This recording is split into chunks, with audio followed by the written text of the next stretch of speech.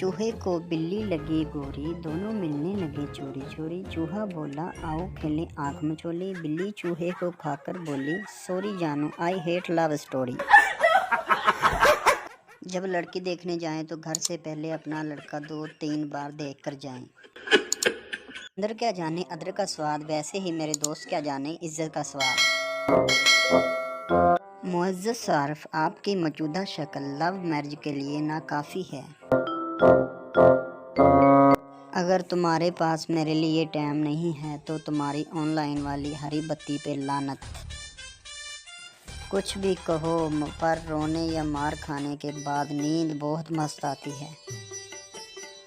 यारा तेरी यारी पे मुझे शक नहीं, सारा ज़माना तेरी मारे बस मुझे हक नहीं। असल शर्मिंदगी इस वक्त होती है जब बंदा गाना गाता हुआ अपने घर में दाखिल और सामने मेहमान बैठे।